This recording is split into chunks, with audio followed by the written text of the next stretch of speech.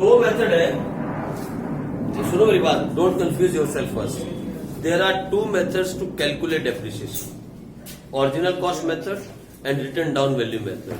But there are two methods to record depreciation. There are two methods to record depreciation. Recording. One method you have already learned, जिसके अंदर you are recording the depreciation in the same account. कौन सा account? Assets account.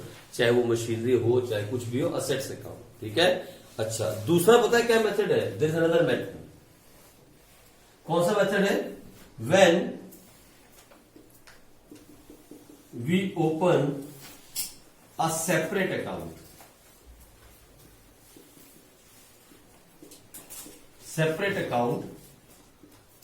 to record depreciation, and this account is called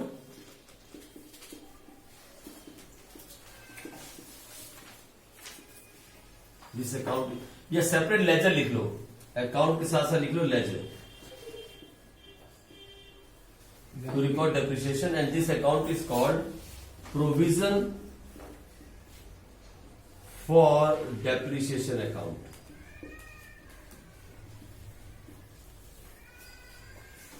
आई बात समझ?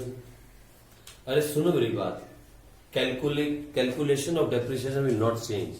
इन class 11 you are going to learn only two methods to calculate depreciation. Original cost, written down value. क्या किया हमने original cost में? Whenever we have bought the machine from that date till the end of the year, we have charged the depreciation on the original cost of the machine. जब तक वो बिकी नहीं. देखा आपने? कब निकाला? Original cost. हर साल सेम इंस्टॉलमेंट थी डेप्रिसिएशन की, चेंज नहीं हुई. देखा आपने? लेकिन जैसे ही हम दूसरे मेथड में आए, विच is called return down value method, तो हमने किस पे निकालना शुरू किया डेप्रिसिएशन? मतलब कॉस्ट प्राइस माइनस डेप्रिसिएशन. क्या आ गई? Book value. फिर क्या निकाला? बुक वैल्यू पे डेप्रिसिएशन. फिर क्या आ गई? नेक्स्ट ईयर की बुक वैल्यू. ऐसे करते हैं ना हम. ये काम हमने किया रिटर्न डाउन वैल्यू के अंदर. हम मेथड नहीं सीख रहे हैं. We are not going to learn the method of calculating depreciation. We are not learning a new method. We are just running a method of recording depreciation. इस वाले method में हमने क्या किया? इस वाले मेथड के अंदर हमने एक अकाउंट बनाया जिसे हमने कहा मशीनरी अकाउंट, और यहां लिखा 1 तारीख 1 अप्रैल 19 लिखा टू बैंक मशीन 1 लाख. ठीक है ना? To bank machine 1 lakh. और फिर यहां क्या लिखा? 31 March 2020 by depreciation M1 same machine पे. फॉर एग्जाम्पल इट इज 5%, तो आपने कहा 5000. फिर लिखा by balance CD M1 95,000 end year close. क्या है? कितने की सारी बात जा रही है वीडियो में. ये काम करते थे. Recording of depreciation in the same account, assets account के अंदर डेप्रिसिएशन रिकॉर्ड हो गया. अब ऐसा नहीं है. In this case we are, method वही है, कैलकुलेशन का भी मेथड है, लेकिन we are going to prepare two accounts. One will be machinery account and another will B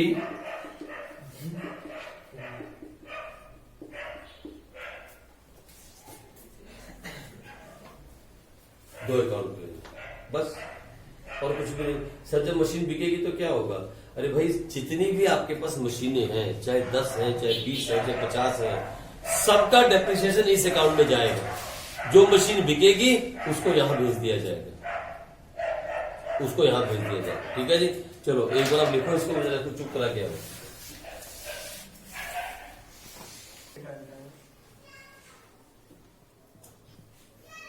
जिस मशीन का डेप्रिसिएशन आप काट रहे हो, जिस भी मशीन का डेप्रिसिएशन आपने काट के एक साइड में जमा किया, जब वो मशीन बिकेगी तो उसी डेप्रिसिएशन को यूज किया जाएगा.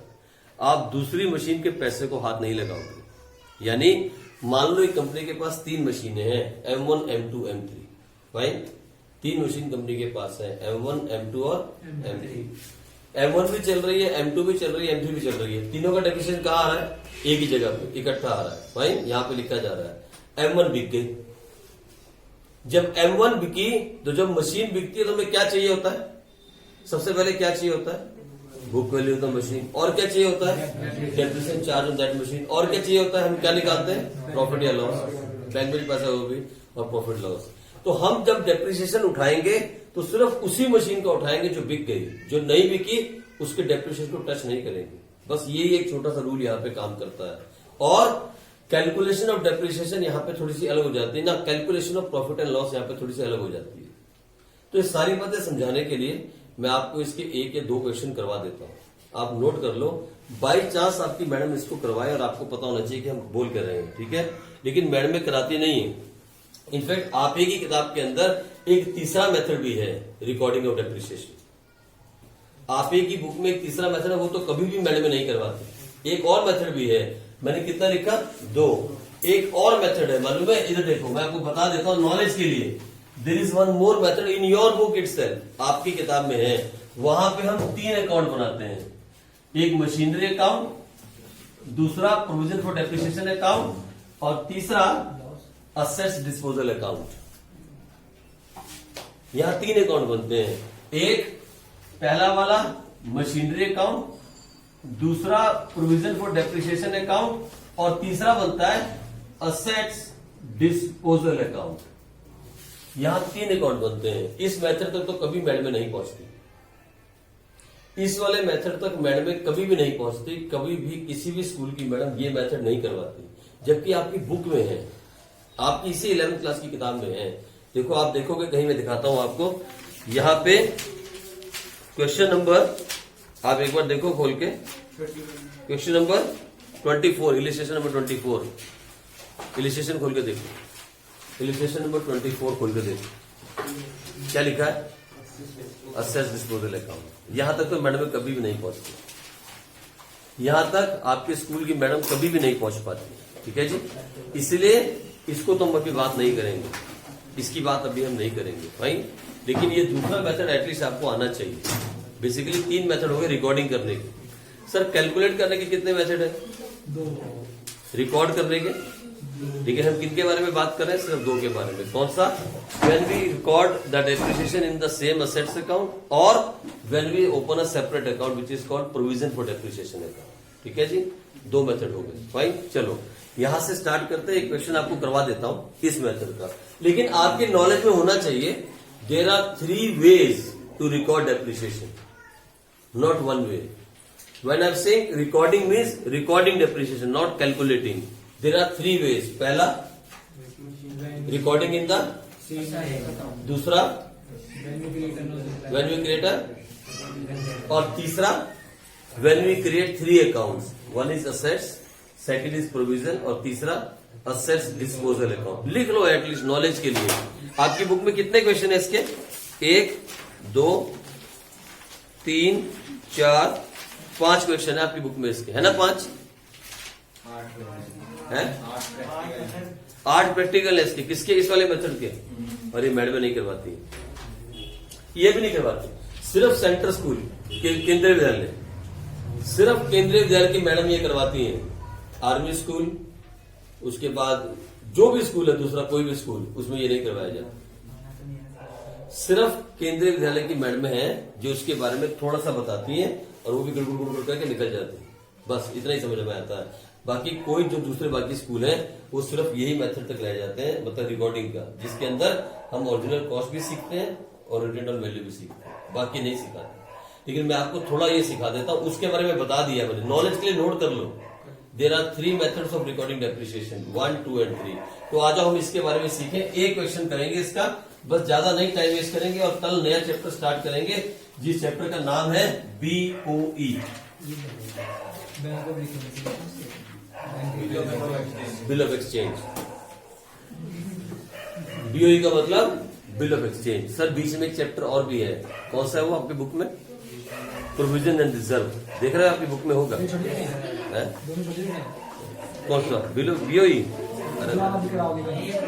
प्रोविजन रिजर्व नहीं करवाऊंगा। हाँ, अगला कौन सा है नई बुक में? कौन सा है? उसके बाद BOE करेंगे। बहुत आसान। कम से कम 7-8 दिन। उसके बाद कौन कराओगे? सीधा main chapter rectification of errors. वो आसान है क्या? नहीं, अब सारे चैप्टर, बस आसान कोई चैप्टर नहीं थोड़ा है। बहुत आसान आ जाओ, ठीक है, सारे ठीक है यार। ये लो क्वेश्चन नंबर मैं बता कौन सा करवाता हूँ आपको। ये देखो, हम एक इलिस्ट्रेशन कर लेते हैं। कौन सी है? Illustration number 16। आ जाओ, इलिस्ट्रेशन नंबर 16 करवाता हूँ। इलिस्ट्रेशन नंबर 16 और देखो उसने क्या कहा है। X limited purchase on 1 April 2015 a second hand plant for ₹4 lakh and immediately spent ₹80,000 on its overhauling and 20,000 on installation। लेकिन सुनो मेरी बात, इधर देखो मेथड चेंज नहीं हुआ, कैलकुलेशन का मेथड वही। क्या लिखोगे? डेप्रिसिएशन। फिर क्या लिखोगे? मेथड। फिर क्या लिखोगे? क्लोजिंग। और यहां क्या बनाओगे? बोलो, डेप्रिसिएशन बोलो जल्दी से, कितने % है? लो लिख दो। मेथड कौन सा बोल रहा है? मेथड जल्दी लिखो। Depreciation is provided on original cost method. लिख रहा है ना, ओरिजिनल कॉस्ट मेथड। और क्या बोलता है? Accounts are closing on registration के बाद। पहले रजिस्ट्रेशन में लिखा था, प्रैक्टिकल भी। ठीक है, हो गया, लिख ली 3 चीजें। चलो अब आगे आ जाओ। एक्स लिमिटेड परचेज ऑन 1 अप्रैल 2015 एक मशीन परचेज की M1। कितने की मशीन है सर? 4 लाख। उस पर क्या क्या खर्च किया? 80 + 20 तो कितने की हो गई? 5। लो, उसके बाद क्या हुआ? बस खत्म। On 1 July 2018, the plant became obsolete and was sold for ₹2 lakh। बर्बाद, कंडम हो गई है। 1 2018, ठीक है, 1 अक्टूबर को बेचा ना, 2018 को। पहले ये साल तो बंद कर ले हम। ये साल कब बंद होगा बताओ? अच्छा, 1 अक्टूबर 2018 है, 18 तो इसमें भी नहीं आएगा ये तो भाई। सर ये तो फिर 4 साल बनेंगे। ओ माय गॉड, यहां आएगा, यहां बेची मशीन। ये देखो, ये फर्स्ट ईयर, 4 साल, सेकेंड ईयर, थर्ड ईयर और ये 4th ईयर। यहां बेची मशीन और M1 सोल्ड।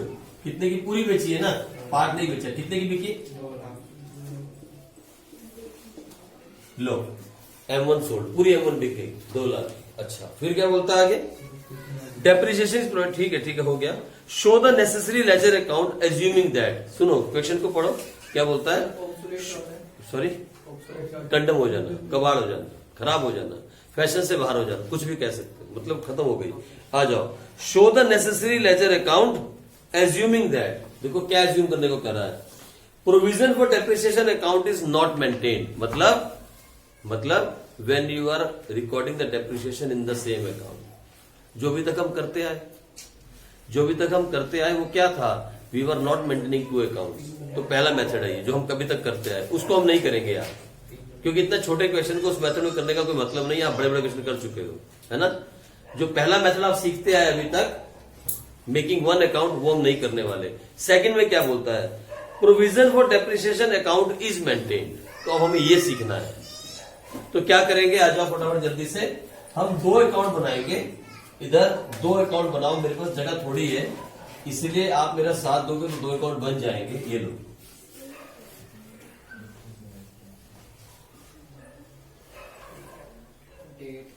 लो, मैं 2 अकाउंट इतने में ही डाल दूंगा।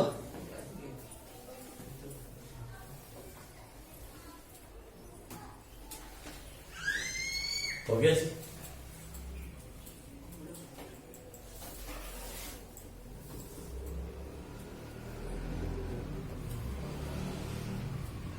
थोड़ी जगह चाहिए होगी यार, बहुत कम नहीं होगी। वाह वाह,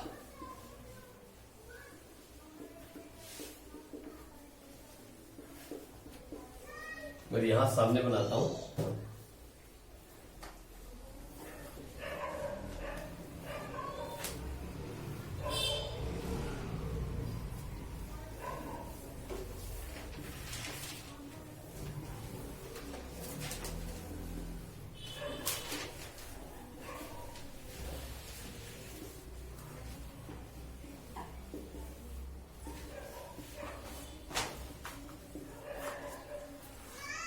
ठीक है जी, 2 लेजर हो गए। आप ऊपर नीचे बना लेना, आमने सामने मत करना, ऊपर नीचे।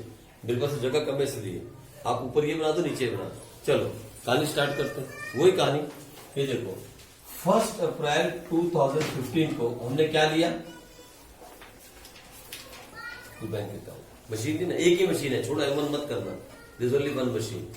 तो 2 बैंक कितने की ली हमने, 5 लाख। ये थी कहानी। दिमाग जब इंसान का पागल हो जाता है और बुढ़ा हो जाता है इंसान, तो ऐसा ही होता है। मैंने 2 बना दिए कॉलम, ये लो।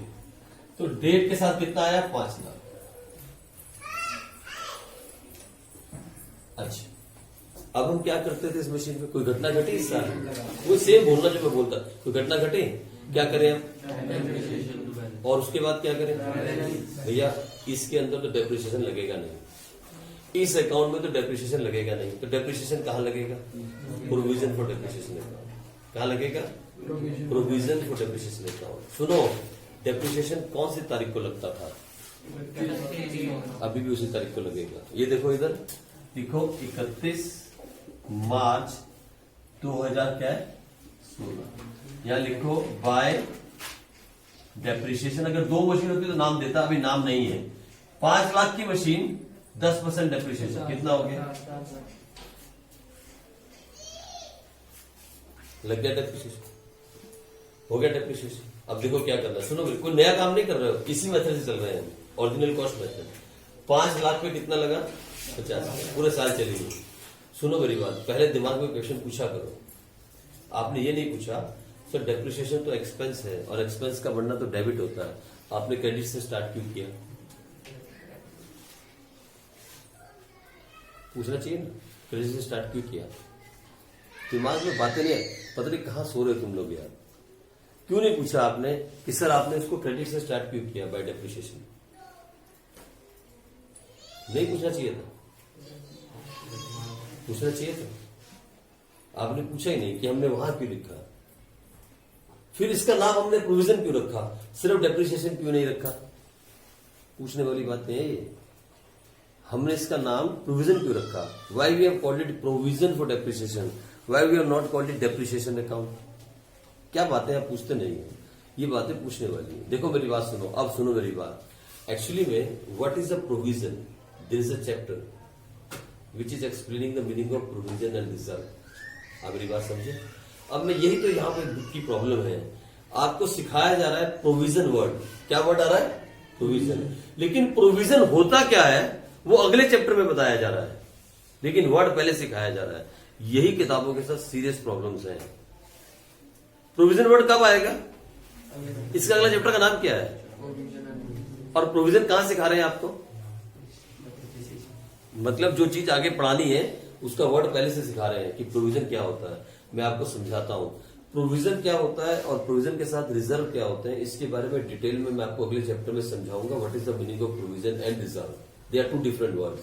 लेकिन इतना समझा देता हूं, provision means when you keep something which is not sure. आप मेरी बात समझे। इधर देखो, इधर आपने कहा पापा पापा मुझे पढ़ने जाना है, जब मैं बीकॉम पूरी कर लूंगी या कर लूंगा, I want to go to foreign country for study. पापा ने कहा ठीक है बेटा, अभी कौन सी क्लास में, 10th क्लास में, कब जाना है पढ़ने, बीकॉम कंप्लीट करने के बाद। कितने साल है, 5 साल। पापा ने देखा बच्चा बहुत सीरियस है, पढ़ने में बहुत होशियार है, क्या किया पापा ने, कुछ पैसा अपनी सैलरी में से निकाला और एक तरफ डालना शुरू कर दिया। क्या कर रहे हैं पापा, एक प्रोविजन क्रिएट कर रहे हैं, किसके लिए, for sending you abroad for higher studies. लेकिन किसी को भी पता है कितना खर्च आएगा। अगर आज बाहर विदेश में जाने का खर्चा मान लो 10 लाख रुपए है, तो क्या 5 साल के बाद भी 10 लाख होगा, तो किसी को भी नहीं मालूम। क्या आपको मालूम कितना खर्चा आएगा, नहीं मालूम। उस वक्त पे टैक्सेस क्या होंगे, उस वक्त पे टिकट कितने की होगी, उस वक्त पे क्या रेट चल रहा होगा, उस वक्त पे देश के हालात किसी को मालूम है 5 साल बाद क्या होगा, नहीं। लेकिन फिर भी पापा ने क्या किया, अपनी सैलरी में से एस्टीमेट लगाया, एस्टीमेट लगाया और कुछ पैसा सैलरी में से निकाला और उस अकाउंट में डाल दिया। पता है क्यों, मालूम है क्यों, कि जब 5 साल के बाद यहां पे खड़े हो क्या बोलो पापा भेज दो बाहर, तो फिर पापा को सारा पैसा इकट्ठा न करना पड़े। क्या करेंगे पापा, उस पैसे में से निकालेंगे और कुछ ऐड करेंगे और आपको पढ़ाई के लिए भेज देंगे। ऐसे ही करते हैं हर माँ बाप, चाहे वो शादी हो, चाहे वो पढ़ाई हो, चाहे वो बिजनेस हो, ऐसे ही करते हैं हर माँ बाप। जब लड़कियां बड़ी होती है, लड़कियों की शादी करनी होती है, लड़कों की शादी करनी होती है, माँ बाप क्या करते हैं, बहुत पहले से प्रोविजन बनाना स्टार्ट कर देते हैं। ऐसा करते हैं ना, हर घर में ऐसा होता है। हर घर में फादर जो होते हैं वो ये काम करते हैं, है ना। प्रोविजन जो है ना, प्रोविजन वो लायबिलिटी के साइड में लिखा जाता है। जब हम बैलेंस शीट बनाते हैं ना, balance sheet, whenever we prepare a balance sheet of a company, वो लायबिलिटी साइड में लिखा जाता है, लायबिलिटी साइड। वो लायबिलिटी नहीं होता, लेकिन लायबिलिटी हो भी सकता है। मान लो 5 साल के बाद आप बोलो पापा I don't want to go to abroad, बोलो जो पैसा पापा ने जमा किया, क्या वो किसी को देना पड़ेगा? बनी लायबिलिटी? नहीं बनी। अरे 5 साल के बाद आपके पापा पैसा जोड़ते रहे, हर महीने 10,000, 1 साल का 1,20,000, 5 साल का 12 पंजे 60, 6 लाख। कितना हो गया? 6 लाख। कितना जोड़ दिया पापा ने?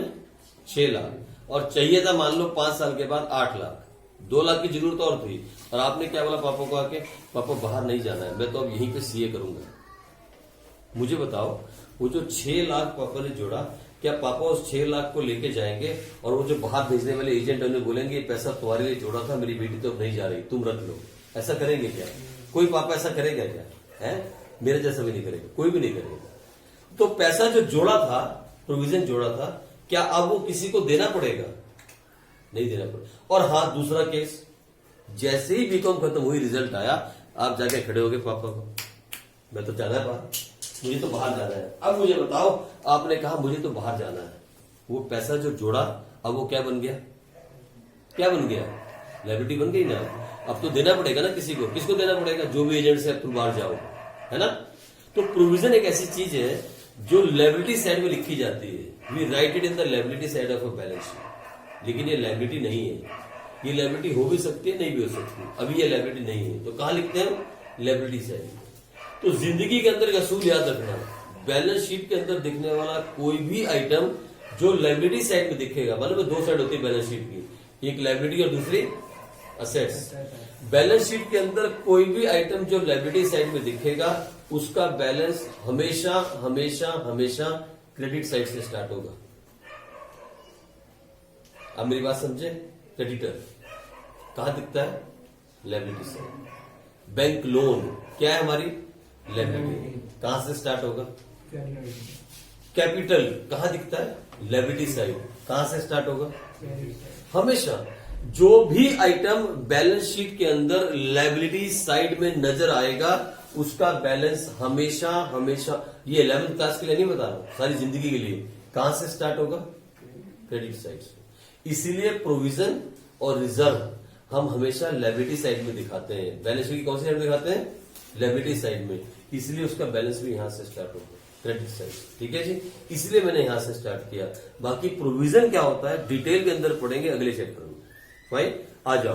तो ये हो गया बाय डेप्रिसिएशन, निकाल दिया। अब क्या करें बताओ? डेप्रिसिएशन कैलकुलेट करने के बाद अगला काम आप क्या करते थे? ईयर क्लोज करते थे। तो फिर इसको क्लोज करो। कौन सी तारीख को? क्या लिखोगे? बाय बैलेंस कितना?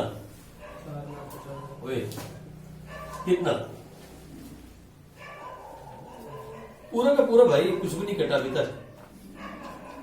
कितना लिखा आपने? 5 का 5 लाख। और यहां क्या आ गया? 1/4/2016। क्या लिखा आपने? To balance BD. समझिया? अरे सुनो ना यार, मैं बहुत डेप्रिसिएशन का सेपरेट अकाउंट बना दिया ना, तो फिर यहां कहां है डेप्रिसिएशन? सेम बैलेंस हो तो क्या आ गया? 5 लाख की मशीन थी, 5 लाख की घड़ी है। आप समझ रहे हो मेरी बात? इधर देखो, 5 लाख की मशीन थी और आज भी कितने की है? 5 लाख। अच्छा, इसको तो क्लोज कर दिया। अब 2 अकाउंट है, उसको भी क्लोज करना पड़ेगा। उसको क्लोज करना पड़ेगा तो क्या लिखोगे जल्दी बताओ? 31 मार्च 16 को क्या लिखोगे? To balance CD. कितना? 50,000। क्या लिखोगे? To balance CD. वहां सीडी आएगा, वहां से स्टार्ट हुआ ना, सीडी इस तरफ आएगा। इधर देखो, बस क्लोज कर दो, हो गया साल क्लोज। इसमें सर बढ़ेगा ही नहीं। क्या क्लियर नहीं होगा? अरे दो अकाउंट बनाए ना आपने, you have prepared two separate accounts, एक ये वाला अकाउंट और एक ये वाला अकाउंट। इस बार डेप्रिसिएशन, अच्छा देखो इधर ऐसे करते थे आप, सुनो मेरी बात, इधर देखो गौर से, इधर देखना, सुनो आप समझ में, इसको भूल जाओ। आप क्या लिखते थे वहां, यहां क्या लिखते थे, बाय डेप्रिसिएशन कितना, फिर क्या लिखते थे, बाय बैलेंस सीडी कितना, और यहां क्या लिखते थे, ये तो समझ में आ रहा है ना, ये काम तो आप कर रहे थे ना, ये काम तो आप कर रहे थे ना, किसी को करते। मैंने क्या किया, मैंने यहां से ये हटा दिया। मुझे बताओ जब यहां डेप्रिसिएशन ही नहीं है तो अब बैलेंस कितना आएगा, पूरा 5 लाख। तो यही तो मैंने किया यार, क्यों घबरा जाते हैं आप, ये लो सर आप यहाँ पे रुको यार रुको, हो गया। अच्छा जो डेप्रिसिएशन था 50,000 वो हम कहा लेके उठा के 31 मार्च वाली तारीख को 50,000 लगा दिया डेप्रिसिएशन। इसको भी तो बंद करना पड़ेगा कि नहीं करना पड़ेगा, ईयर क्लोजिंग नहीं करोगे क्या, साल की क्लोजिंग नहीं करोगे, इसको ऐसे छोड़ दोगे, इसको तो क्लोज कर दिया। 5 लाख की मशीन ली, 5 लाख का बैलेंस है, आगे भी 5 लाख आ गया, हो गया। इसको नहीं क्लोज करोगे, इसको क्लोज नहीं करोगे इस अकाउंट को, इस अकाउंट को क्लोज करोगे तो क्या होगा, शुरुआत कहां से हुई थी, यहां से, शुरुआत कहां से हुई, यहां से, तो यहां क्या लिखा जाएगा, बैलेंस शीट। इसमें देखो इधर शुरुआत कहां से होती है, तो यहां क्या लिखते हो, इसमें शुरुआत कहां से की, तो यहां क्या लिखोगे। अब आगे क्या होगा, आगे क्या, इसके बाद आगे क्या होगा, इसके बाद होगा 31 मार्च 2017, यहां लिखा जाएगा बाय बैलेंस बीडी कितना, आई बात समझो। अरे सेम काम कर रहे हो, इधर देखो मशीन ली 5 लाख की, अकाउंट क्लोज किया 5 लाख से, अगले साल में ले गए पहली तारीख में। इधर देखो डेप्रिसिएशन लगाया 31 मार्च को 50,000, अकाउंट क्लोज किया 50,000, अगले साल में ले गए 50,000। सेम काम तो कर रहे हो, जो इस अकाउंट के साथ कर रहे हो वो इस अकाउंट के साथ कर रहे हो। ये अकाउंट डेबिट से स्टार्ट हुआ, ये अकाउंट क्रेडिट से स्टार्ट हुआ, फर्क सिर्फ इतना ही है, ठीक है। आओ सेकंड ईयर में चलते, अभी रुको धीरे धीरे समझ, हाँ है ना सिलेबस। अरे सुनो वैसे सीखना भी गलत नहीं है, ज्यादा सीखने का नुकसान नहीं होता, कम का नुकसान होता है। समझ में ना आया तो होगा नहीं ना ये मत समझ, ये मत समझ। अगर सुन इधर सुनो, अगर इतनी छोटी बात नहीं समझ पाओगे तो आगे आने वाले चैप्टर फिर खत्म है, फिर नहीं समझ। बहुत छोटी सी बात है, सिर्फ आप ध्यान नहीं लगा रहे हो, this it is very simple thing. ये बहुत छोटी सी बात है, ये 2 अलग अलग अकाउंट है, कहीं आप एक तो नहीं समझ रहे इसको, ये 2 अलग अलग अकाउंट है, देखो ये 2 अलग अलग अकाउंट है, 2 लेजर है, ये 2 अलग अलग लेजर है। अरे क्या कर रहा हूं यार, कितना बड़ा काम कर रहा हूं। ये कहां से स्टार्ट किया, डेबिट साइड से, क्लोज कहां पे किया, क्रेडिट साइड में, क्या लिखा, बैलेंस शीट। फिर इस बैलेंस का क्या किया, अगले साल में ले गया, क्या लिखा, टू बैलेंस शीट। यही कर रहे हो ना, पिछले 18, 19, 20 क्वेश्चन ये काम करते आ रहे आप भाई। अब क्या किया, यहां से डेप्रिसिएशन हटा दिया, एक सेपरेट अकाउंट खोल दिया, कौन सा, प्रोविजन फॉर डेप्रिसिएशन। क्या किया, यहां लिख दिया बाय डेप्रिसिएशन 50,000 लिख दिया।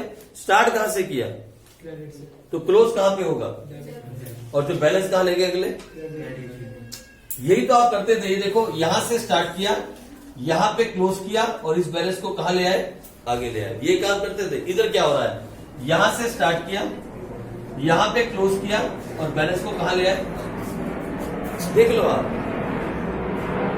अरे भाई यही काम कर रहे हो आप, कब से काम कर रहे हो, मालूम है आज कितने दिन से काम कर रहे हो। इधर देखो स्टार्ट कहां से करते हो, इधर से, क्लोजिंग कहां पे होती है, इधर हो गई क्लोजिंग सीटी, और इस बैलेंस को कहां ले जाते हो, ये काम नहीं कर रहे आप। अच्छा इसमें देखो डेप्रिसिएशन में स्टार्टिंग कहां से हो रही है, वहां से स्टार्टिंग हो रही है, क्लोजिंग कहां हो रही है, ये क्लोजिंग हो रही है, और फिर बैलेंस कहां ले जा रहे हो, जहां से स्टार्टिंग हो रही है वही बैलेंस ले जा रहे हो ना। ये देखो ये कहां से स्टार्ट हो रहा है, यहां से, क्लोजिंग कहां हो रही है, यहां, तो बैलेंस कहां ले जा रहे हो, जहां से स्टार्ट हुआ था। इधर देखो गौर से, इसमें देखो ये स्टार्ट कहां से हुआ, यहां से, तो क्लोजिंग कहां हो रही है, उल्टी साइड में, बैलेंस कहां जा रहा है। क्या कर रहे हो यार, इतना तो नहीं सीख पा रहे आप। इसमें एरो ऐसे बन रहा है, और उसमें वो उल्टा चल रहा है, क्योंकि वो अकाउंट उल्टी तरफ से स्टार्ट हुआ। किस तरफ से स्टार्ट हुआ है? क्रेडिट साइड से। ये कहां से स्टार्ट हुआ है? डेबिट। इतनी बात समझ नहीं आ रही? कितनी छोटी सी बात है। अगर आप इस बात में समझते हो कि हमारे सिलेबस में है या नहीं, हेलो, तो फिर बहुत बड़ी बड़ी चीजें पढ़नी है अभी आपको। फिर आपको बहुत बड़ा कुछ पढ़ना भी बाकी है। ये फोन अंदर रख दो, बहुत बड़ा पढ़ना बाकी है, बहुत बड़ा पढ़ना भी बाकी है। अगली बात समझे, ये बहुत और हाँ, ये सिलेबस में है, खासकर केवी स्कूल के अंदर तो सिलेबस में है। मुझे मालूम नहीं इस बार मैडम में क्या करवा रही है, शायद केवी ने भी ना करवाया, लेकिन ये कितनी बड़ी बात है समझ नहीं आ रही। ये कितनी बड़ी बात है जो समझ में नहीं आ रही, कितनी बड़ी बात है। सिर्फ इतनी सी बात समझनी है कि ये अकाउंट हम कहां से स्टार्ट करते थे, क्लोज कहां करते थे, और फिर बैलेंस कहां आता था। ये अकाउंट कहां से स्टार्ट कर रहे हैं, क्लोज कहां कर रहे हैं, और बैलेंस कहां जा रहा है। इतनी सी बात। अच्छा, अगले साल क्या हुआ होगा? नेक्स्ट साल में घटना घटी? लो, अगले साल में कोई घटना नहीं घटी, तो आपने क्या किया बताओ। इधर 31 मार्च 2017, बोलो क्या लिखा होगा? By balance sheet. Sir depreciation, अरे डेप्रिसिएशन यहां नहीं लगाना है, अलग से अकाउंट खोल दिया है। क्या करा आपने? Balance sheet. कितने की मशीन है? फिर अकाउंट को बंद करो, फिर अकाउंट क्लोज करो, और इस बैलेंस को कहां ले आओगे? To balance BD. कितना आया? कौन सी तारीख को? 1/4/2017। क्योंकि मशीन तो बिकी नहीं, पहले साल की अकाउंटिंग हो गई, दूसरे साल में फिर आपने वही काम किया। मशीन ना तो नई मशीन आई, ना पुरानी मशीन बिकी, तो बैलेंस में कोई चेंज नहीं आया। अच्छा, डेप्रिसिएशन क्या करते हो आप? साल के आखिर में लगाते हो। कौन सी तारीख को लगाओगे? 31 मार्च 2017। इसमें डेप्रिसिएशन यहाँ गड़बड़ थी, यहाँ लिखना चाहिए था आपको 1 अप्रैल 2016। तो कौन सी तारीख हुई? 31 मार्च 2017। क्या लिखोगे? Bye depreciation. बोलो कितना डेप्रिसिएशन? कितना डेप्रिसिएशन? 50,000। और कुछ हुआ? पूरे साल में कुछ हुआ? कुछ भी नहीं हुआ। तो ये कितना हो गया? 1 लाख। यहां कितना लिखोगे? 1 लाख। यहां क्या लिखोगे? To balance CD. कितना? 1 लाख। तारीख सर 31 मार्च 2017। अब क्रेडिट साइड में यहां क्या लिखोगे? 1 अप्रैल 2017। क्या लिखोगे? By balance BD. कितना? मालूम है क्या दिखा रहा है आपको? इस मशीन का आपके पास अभी तक कितना डेप्रिसिएशन पड़ा है? 1 लाख रुपया। अगर यहां ये काम करते तो यहां भी यही काम करने वाले थे। अलग से अकाउंट बना के कर रहे हो तब भी सेम मतलब है, कोई डिफरेंस नहीं है। It's a same meaning. आपके पास कितना पैसा पड़ा है इस मशीन का? किस चीज का? डेप्रिसिएशन। किस चीज का? डेप्रिसिएशन। अच्छा, तीसरे साल में क्या हुआ? आओ देखें। कुछ हुआ तीसरे साल में? नहीं। तो फिर आपने क्या किया? 31 मार्च 2018 क्या किया? By balance CD. कितना लिखा? कोई नई मशीन आई? कोई मशीन बिकी? कुछ नहीं हुआ। तो फिर अकाउंट क्लोज करो।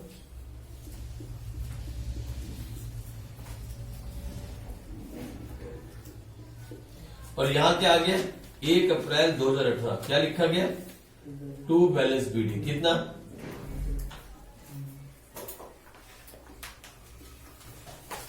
5 लाख लिख दिया। अब क्या हुआ? इसके बाद डेप्रिसिएशन लगाना पड़ेगा ना इस साल का। तो कौन सी तारीख को लगाओगे डेप्रिसिएशन? 31 मार्च 2018। क्या लिखोगे? बाय कितना? लो, अकाउंट को क्लोज कर दो, इसको भी क्लोज कर दो। 1,50,000। तो कितना बैलेंस आ गया? क्या लिखोगे? To balance. कौन सी तारीख को? अब ये बैलेंस कहां जाएगा? कहां जाएगा ये बैलेंस? अगले साल में। इस बैलेंस को यहां ले जाओ। क्या लिखोगे? 1 अप्रैल 2018। क्या लिखोगे? By balance BD. कितना? सिंपल सा मेथड चल रहा है। ये देखो, यहां से शुरुआत होती है, यहां पे क्लोजिंग होती है, यहां पे बैलेंस ट्रांसफर किया जाता है। हर बार यही काम करते चले जा रहे हो। वो चला गया बैलेंस 1.5 लाख। 3 साल के अंदर इस मशीन का 50,000 50,000 50,000 करके आपके पास 1.5 लाख इकट्ठा हो गया डेप्रिसिएशन का। 3 साल हो गए। चौथे साल में क्या हुआ? अब मशीन बिक गई। मशीन एक कौन सी तारीख को बिकी? 1/10/2018 मशीन बिक गई। तो पहले हमने यहाँ ऑलरेडी लिखा हुआ है, देखो। अब हम मशीन का अकाउंट क्लोज नहीं कर सकते। अब मशीन का अकाउंट क्लोज नहीं करना। अब सबसे पहले क्या निकालो? डेप्रिसिएशन। कौन सी तारीख तक? सर 1/10/2018। कितना? 25,000। बोलो कितना है? बाय डेप्रिसिएशन कितना? 25,000। लिख दिया डेप्रिसिएशन। बस डेप्रिसिएशन अकाउंट इसके आगे नहीं जाएगा, क्योंकि मशीन जो बिक गई इसके आगे डेप्रिसिएशन नहीं जाएगा। क्लोज कर दो, उसे वहीं क्लोज कर दो, जल्दी से क्लोज कर दो। कितना है क्लोज करके? कितना? बस ठीक है, क्लोज कर दो। 175 लिख के क्लोज कर दो। अब देखो, इसे क्लोज करो 1,75,000 और यहां भी लिखो 1,75,000। मुझे बताओ सच्ची ईमानदारी से, ये जो 1,75,000 आपके पास पड़े हैं, ये किस चीज के पैसे हैं? कौन सी मशीन के? एक ही मशीन थी सर, इसी मशीन के। ये पैसे किससे रिलेटेड है? मशीन से रिलेटेड है। बस इस पैसे को अब बैलेंस शीट में लिख के लिखो टू मशीन अकाउंट 1,75,000। क्या लिखो? To machine account. क्या लिखोगे? यानी अब इस पैसे को हम कहां ट्रांसफर कर रहे हैं? मशीन अकाउंट के अंदर। कहां ट्रांसफर कर दिया? मशीन अकाउंट में। और यहां लिखो by provision for depreciation account 1,75,000। कौन सी तारीख? 1/10/2000 जब बिकी है। यही काम आप करते थे ना? क्या निकालते थे आप? Bye depreciation. अब ये पैसा कहां से आया? Provision for depreciation. इतना सही चेंज आया बस, बाकी कोई बड़ा चेंज नहीं आया। समझो, ये जो पैसा आप धीरे धीरे काट रहे थे डेप्रिसिएशन का, उसे कहां जमा करके रखा था? सर प्रोविजन अकाउंट में। आज मशीन बिक गई। आज जब मशीन बिक गई तो उस पैसे की जरूरत पड़ेगी या नहीं पड़ेगी? सर पड़ेगी। तो फिर पैसा ट्रांसफर कर दो। कहां ट्रांसफर कर दो? Machine account. और मशीन अकाउंट में क्या लिखोगे? पैसा कहां से आया? Provision for depreciation account. कितना आया? अच्छा, फिर आप क्या करते थे उसके बाद? बताओ। बैंक। बैंक में कितना पैसा आया? बैंक कितना आया? कौन सी तारीख को? फिर उसके बाद आप क्या करते थे? जल्दी बताओ। इसके बाद आप क्या करते थे? आफ्टर दैट आप क्या करते थे? प्रॉफिट निकालते थे और लॉस निकालते थे। निकाल लो जरा प्रॉफिट लॉस जल्दी से। क्या प्रॉफिट और लॉस निकालते थे आप? कितना प्रॉफिट लॉस आया? लेकिन आपने बुक वैल्यू निकाली? Have you calculated the book value of the machine? क्या आपने बुक वैल्यू निकाली? इसमें बुक वैल्यू निकालने की जरूरत नहीं है। इसमें बुक वैल्यू निकालने की जरूरत नहीं है। इसमें कॉस्ट प्राइस में सीधा अकाउंट निकल गया। देखो डेप्रिसिएशन कितना आया? 175। बैंक में कितना आया? 2 लाख। क्या आपने बुक वैल्यू निकाली? नहीं निकाली। तो मुझे बताओ इसकी कॉस्ट प्राइस कितनी थी? ये देखो, जहां लिखते थे ना बुक वैल्यू ऑफ मशीन, लिखते थे ना ऐसे, यहां लिखते थे। यहां लिखो कॉस्ट वैल्यू ऑफ मशीन कितनी है? माइनस डेप्रिसिएशन कितना आया? माइनस बैंक कितना आया? कितना इकट्ठा हो गया? बोलो ना। 5 लाख की मशीन थी, 3,25,000 इकट्ठा हुआ। लॉस हुआ के प्रॉफिट? सॉरी, लॉस हुआ के प्रॉफिट? कितना लॉस हुआ? तो लिखो बाय एसपीएल और अकाउंट 1।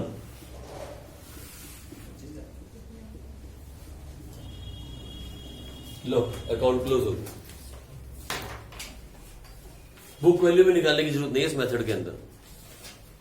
जब आप 2 अकाउंट बनाते हो तो बुक वैल्यू पे लॉस नहीं निकाला जाता, लॉस ऑफ प्रॉफिट सीधा किस पे निकाल दिया जाता है? Cost price. कितना आसान है यार ये आसान नहीं है? उससे आसान है कि नहीं?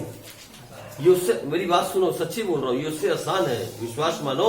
यहां कोई बड़ा गेम नहीं खेला, बहुत सिंपल गेम था। मैं बताता हूं दोबारा से, बहुत सिंपल। बस एक बात का ख्याल रखना, machine is an assets.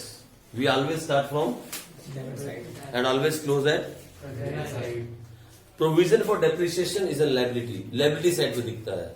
We always start from and we always close at. इतनी सी बात ध्यान में रखनी है, ये यहां से स्टार्ट होता है, यहां पे क्लोज होता है, फिर इसका बैलेंस यहां आ जाता है। ये अकाउंट यहां से स्टार्ट होता है, इधर पे क्लोज होता है और इसका बैलेंस यहां आ जाता है। उसके बाद तो कुछ करना भी नहीं यार, हर साल का 50,000 काटा लगा दिया, अगले साल फिर 50 काटा लगा दिया, अगले साल जब मशीन बिक गई, जिस तारीख को मशीन बिकी उस तारीख तक का डेप्रिसिएशन निकाला, वो आया 25,000 और पूरा का पूरा पैसा कहां भेज दिया? Machine account. और मशीन में कहां आ गया? ये आ गया। अरे भाई जब सिंपल अकाउंट बनाता था, सिंपल अकाउंट अगर आप बनाते थे तो क्या करते थे? सेम काम करते थे। इसी को सिंपल अकाउंट में करके देखो आप, सिंपल। भूल जाओ कि ये है, इधर देखो, सुनो मेरी बात, थोड़ी देर के लिए भूल जाओ कि आपने इसको सीखा। लो अब देख लो आप, सेम आएगा। इधर देखो, इधर देखो, भूल जाओ कि यही है। ये बताओ क्या करोगे? सबसे पहले यहाँ क्या होगा, जल्दी बताओ। यहाँ पे क्या आएगा? बाय कितना? 50,000। तो यहाँ क्या आ जाएगा? 4,50,000। और यहाँ टोटल कितना आ जाएगा? हो गया 5 लाख। फिर यहाँ क्या आएगा? देखना जरा गौर से। फिर यहाँ पे क्या हो जाएगा? इधर देखो, गौर से देखो, इधर क्या होगा? 31 मार्च 2017। क्या लिखोगे? बाय कितना? और यहाँ कितना आ जाएगा जरा बताओ। फिर यहाँ कितना हो जाएगा? लो, और यहाँ इस अकाउंट को बंद कर देते हैं। कितना आया? 4.5 लाख। बैलेंस बीडी में कितना आएगा जरा बताओ। अच्छा, उसके बाद यहां क्या होगा बोलो? 31 मार्च 2018 को क्या लिखा जाएगा? Bye depreciation. कितना? तो बैलेंस कितना बचेगा? जल्दी बोलो फटाफट से। बैलेंस कितना बचेगा? लिखोगे 3 लाख। यहां क्या हो जाएगा? अरे शांति के साथ समझो। नहीं, 3.5 लाख। यहां हो जाएगा 4 लाख। ये लो, यहां भी क्लोज करो 4 लाख से। यही काम आप करते आ रहे हो, लेकिन अभी थोड़ा घबरा रहे हो। 1/4/2018 को क्या हो जाएगा? जल्दी बताओ। बैलेंस कितना आ जाएगा?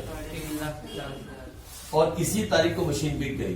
बोलो ना, जिस डेट में मशीन बिकती थी आप क्या करते थे? सच्ची बताओ। अब देखो मशीन बिक गई, ये लो, अब मशीन बिक गई, यहां पहुंच गया, अब मशीन बिक गई।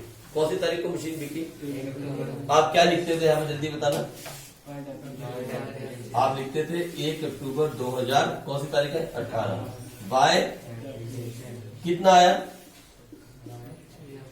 आपने निकाला ना 25,000, 25 ही आ रहा है। फिर आप क्या लिखते थे? बाय सॉरी, बैंक में कितना आया? 2 लाख। फिर आप एक छोटा सा वर्किंग नोट बनाते थे और वालों में क्या लिखते थे? Book value of the sold machine. बोलो कितनी बुक वैल्यू है? ये रही, कितनी है?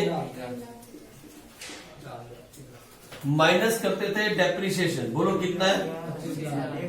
माइनस करते थे बैंक, बोलो कितना है? 2 लाख। ये कितना आ गया? 125। और यहां कितना बचा? ये क्या आया? और अकाउंट क्लोज किया तो यहां कितना आया? अबे यार समझ ले, क्या ड्रामेबाजी कर रहे हो? सेम चीज नहीं आई क्या? दोनों में लॉस सेम नहीं आया? दोनों मेथड से डिफरेंस कहाँ आया? जहां लिखते थे डेप्रिसिएशन, वहां क्या लिखा आपने? Provision for depreciation. ये पैसा कहां से आया? उस अकाउंट से आया। यहां पे क्या थी? Book value. अब क्या आ रही है? Cost price. 5 लाख, 5 लाख, 5 लाख, 5 लाख, ये चल रहा था ना। और क्या चेंज आया भाई? 2 ही तो चेंज दिख रहे हैं। यहीं पे चेंज था, आप गौर कर लेना। एक तो चेंज यहां आया और एक चेंज यहां आया, और तो कोई चेंज नहीं है। ऐसा चेंज क्यों आया?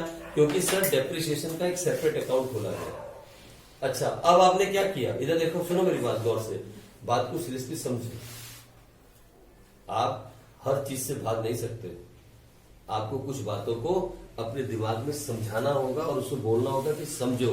आप भाग नहीं सकते मेथड से। बहुत बड़े बड़े चैप्टर आ रहे हैं आगे, और मैं यही बात आपको शुरू से समझाता जा रहा हूं कि जो चैप्टर्स आप पढ़ रहे हो, starting from BRS up to financial statement, in fact up to incomplete records, ये जो 7-8 चैप्टर आपके पास हैं, ये अब अकाउंट्स को सीरियसली पढ़ने वाले चैप्टर हैं। अब वो बातें खत्म कि सर एंट्री पास कर दी, मशीन आई तो machine account debit to cash, अरे वो काम खत्म हो गया। मजाक के दिन ट्रायल बैलेंस तक होते हैं, वैसे जब तक ट्रायल बैलेंस चल रहा होता है बच्चे सीरियसली पढ़ लेते हैं तो बात समझ में आ जाती है। डेप्रिसिएशन के चैप्टर, बीआरएस के चैप्टर, बीओई के चैप्टर, रेक्टिफिकेशन के चैप्टर, फाइनेंशियल स्टेटमेंट के चैप्टर, इनकम्प्लीट रिकॉर्ड्स के चैप्टर में छुट्टी नहीं मारी जाती। बहुत मुश्किल से और बहुत बहुत बेवकूफ बच्चे होते हैं जो इसमें छुट्टी करते हैं इन चैप्टरों में, जिन्हें पढ़ाई से प्यार नहीं होता।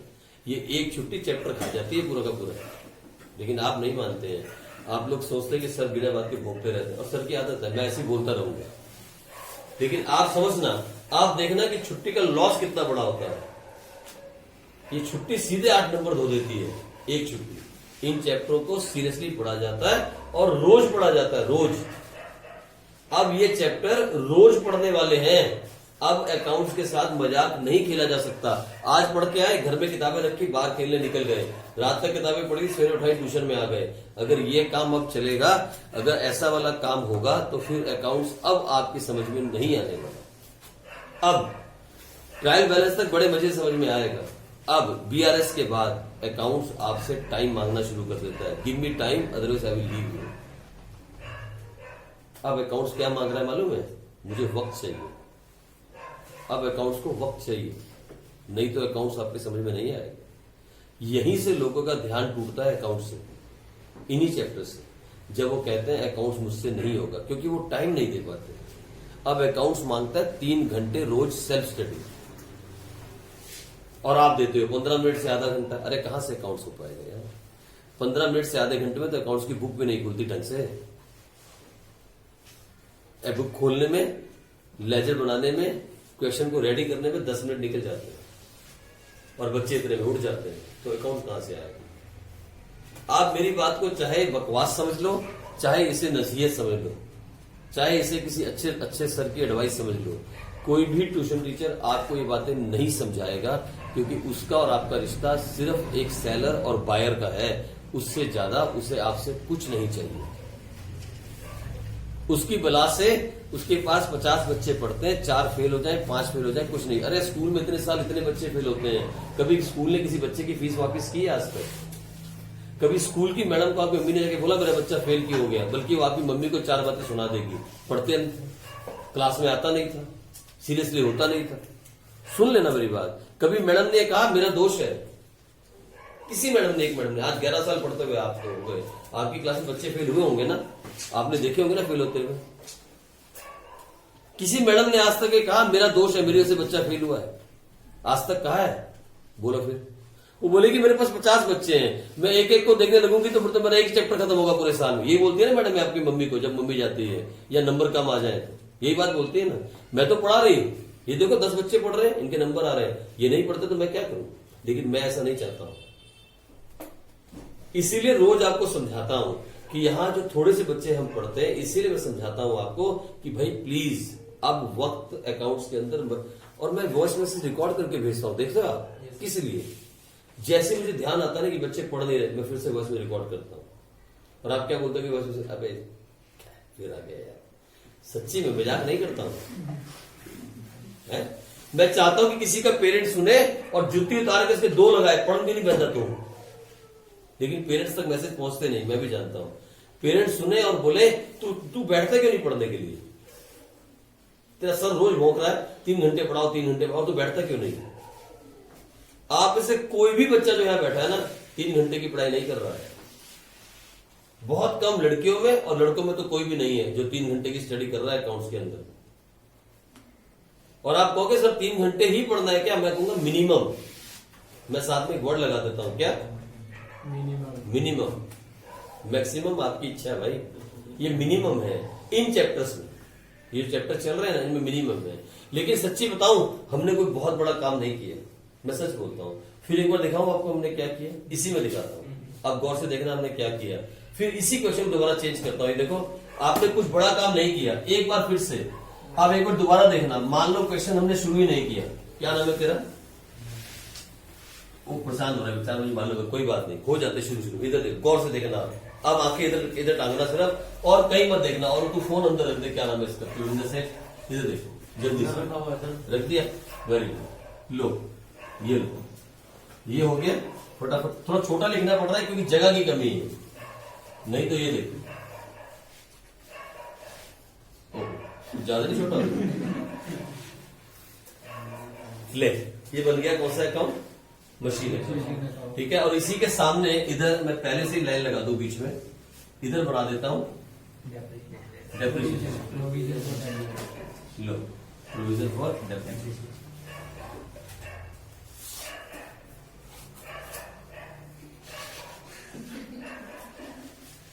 हो गया।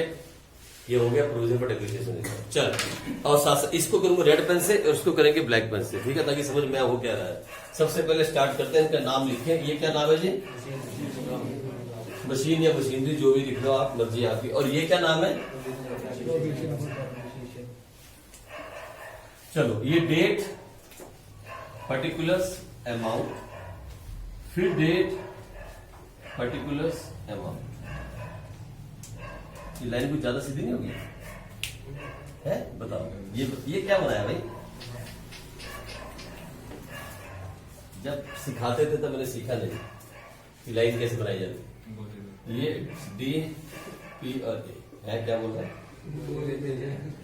बोल नहीं, मैंने बोल मारा, मैं मना नहीं करूंगा, लेकिन ज्यादा नहीं मारे। आ जाओ, हो गया। चलो ठीक है जी, 2 अकाउंट बन रहे हैं। अब देखना शुरुआत से। सबसे पहले बोलो हमने मशीन बाय की, तो कौन से अकाउंट में लिखेंगे?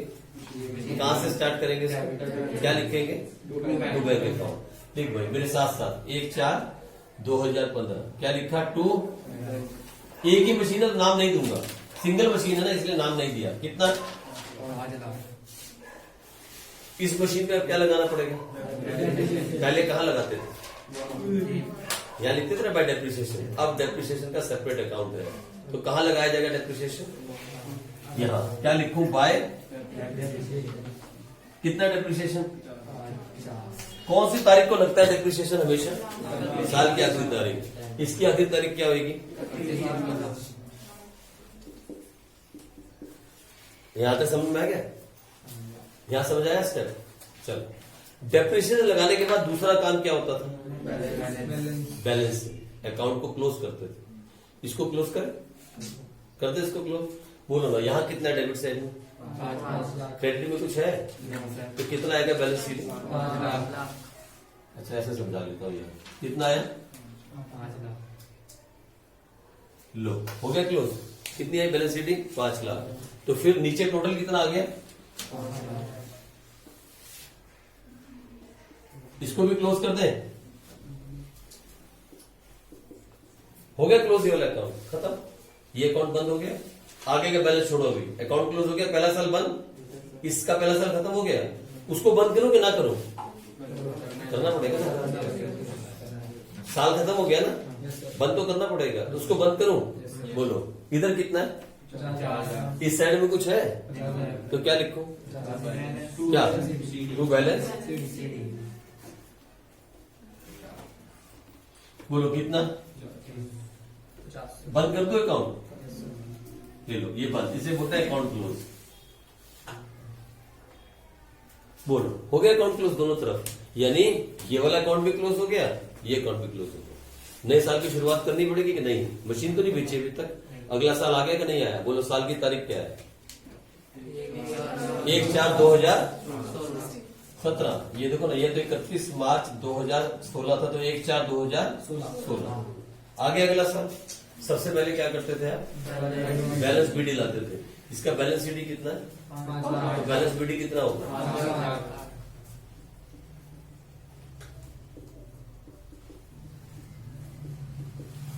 आगे बस। अच्छा इस साल में कुछ घटना घटी, कोई नई मशीन ली, कोई मशीन बेची, तो क्या करें? इस पे डेप्रिसिएशन लगा दे।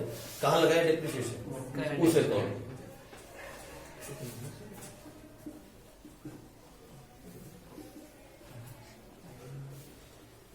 हो गया 50,000।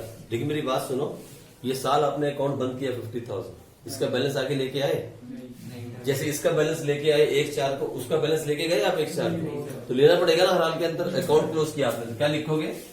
1/4/2016। क्या लिखोगे? बाय बैलेंस बीडी कितना? 50,000 ये तो इस साल का है, करंट ईयर का, और ये पिछले साल का बैलेंस लेके आ गए, तो कितना हो गया टोटल? 1,00,000 दोनों तरफ के अकाउंट बंद कर दूं? पहले ये वाला बंद करूं, इसको बंद करूं पहले, तो बोलो क्या लिखूंगा जल्दी बताओ इधर, यहाँ क्या लिखूं? 31 मार्च 2017 क्या लिखूं? बैलेंस शीट कितना 5 लाख हो गया? 5 लाख। इसका बैलेंस निकल आया, अकाउंट क्लोज कर दूं? लो साल बंद, इसे बोलते हैं साल close, this is year closing.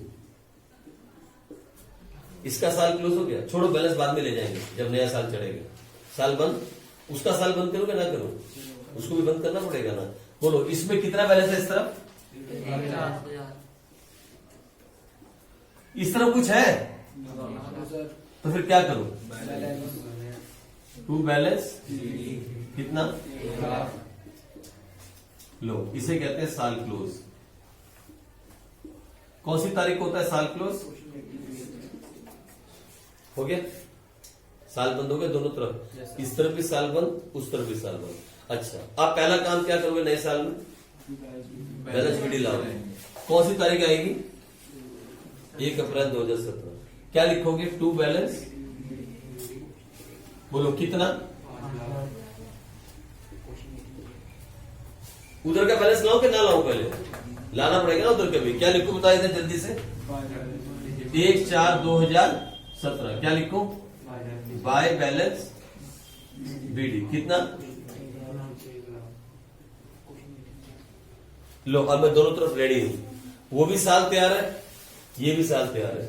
यहां भी 1 अप्रैल 2017, यहां भी 1 अप्रैल 2017। I am ready both side. अब क्या करूं बता? इस साल में क्या घटना घटी थी? कोई घटना घटी इस साल में? नई मशीन आई? नहीं आई। मशीन बिकी? नहीं बिकी। तो क्या करूं? डेप्रिसिएशन। पहले इसको बंद कर दूं? ये लो 31 मार्च 2018 क्या लिखूं? अब मैं रेड पेन छोड़ देता हूं, आप समझ रहे हो।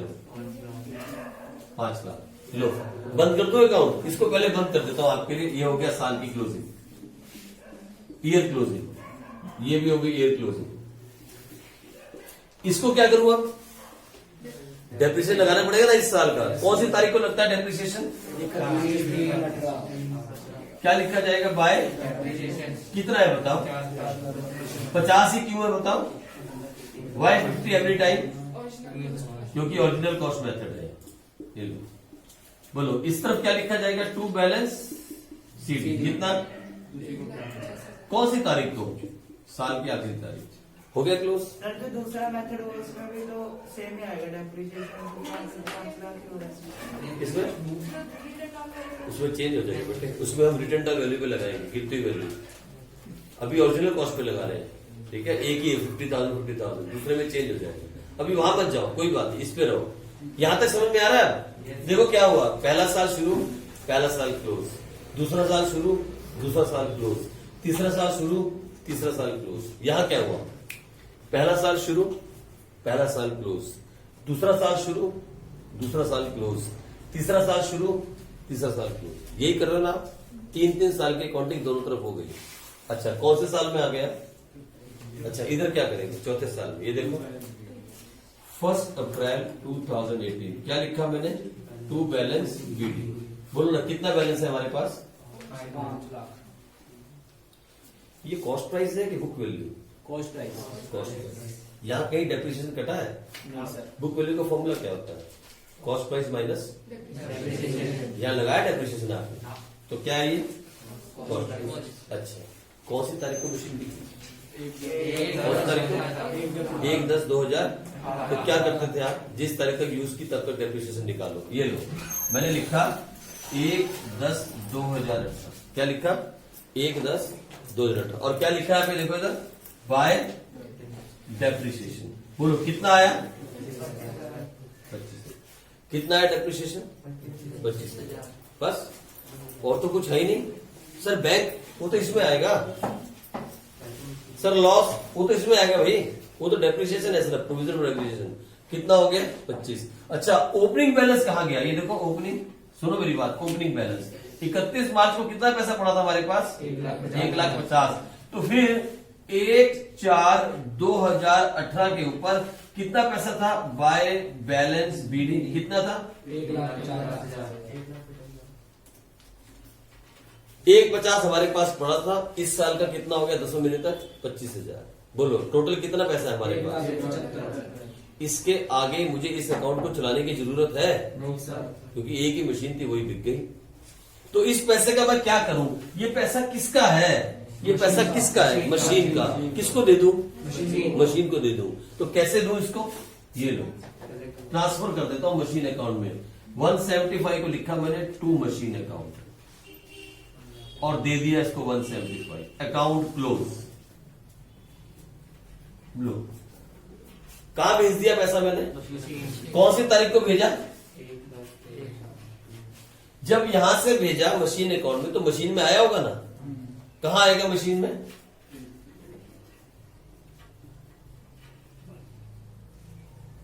सॉरी 1,75 है ना?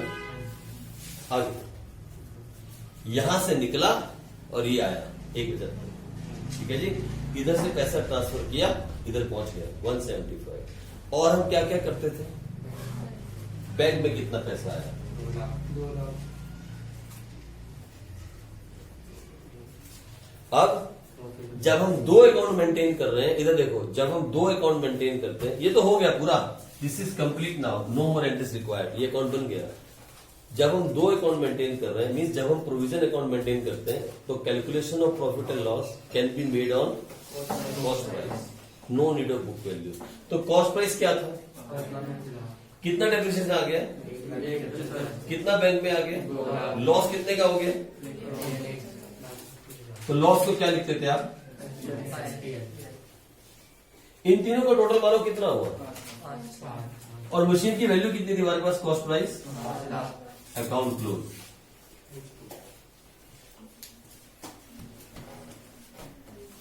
कौन सी तारीख? अकाउंट बंद हो गया।